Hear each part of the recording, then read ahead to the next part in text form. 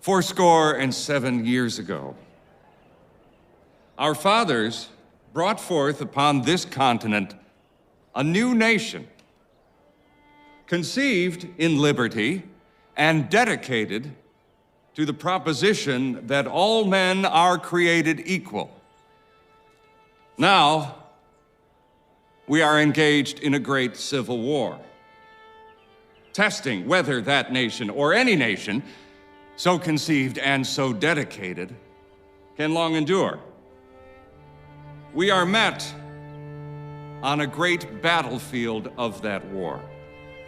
We have come to dedicate a portion of that field as a final resting place for those who here gave their lives that that nation might live.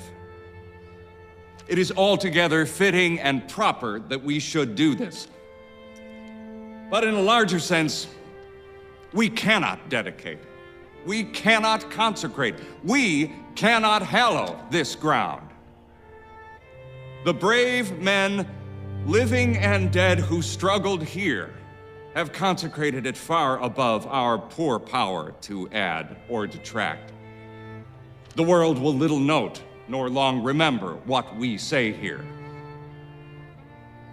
but it can never forget what they did here. It is for us, the living rather, to be dedicated here to the unfinished work which they who fought here have thus far so nobly advanced.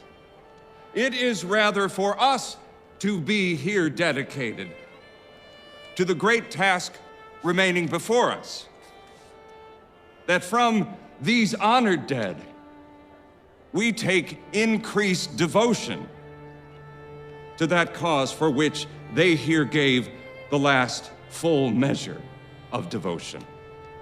That we here highly resolve that these dead shall not have died in vain. That this nation, under God, shall have a new birth of freedom. And that government of the people, by the people, for the people, shall not perish from the earth.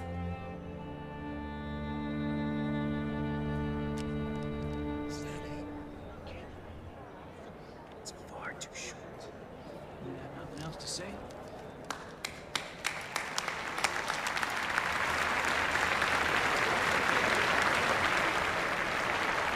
Silly, flat, and dish-watery utterances of a man who must be pointed out to intelligent foreigners as the president. Well, I've not had much time for foreign policy.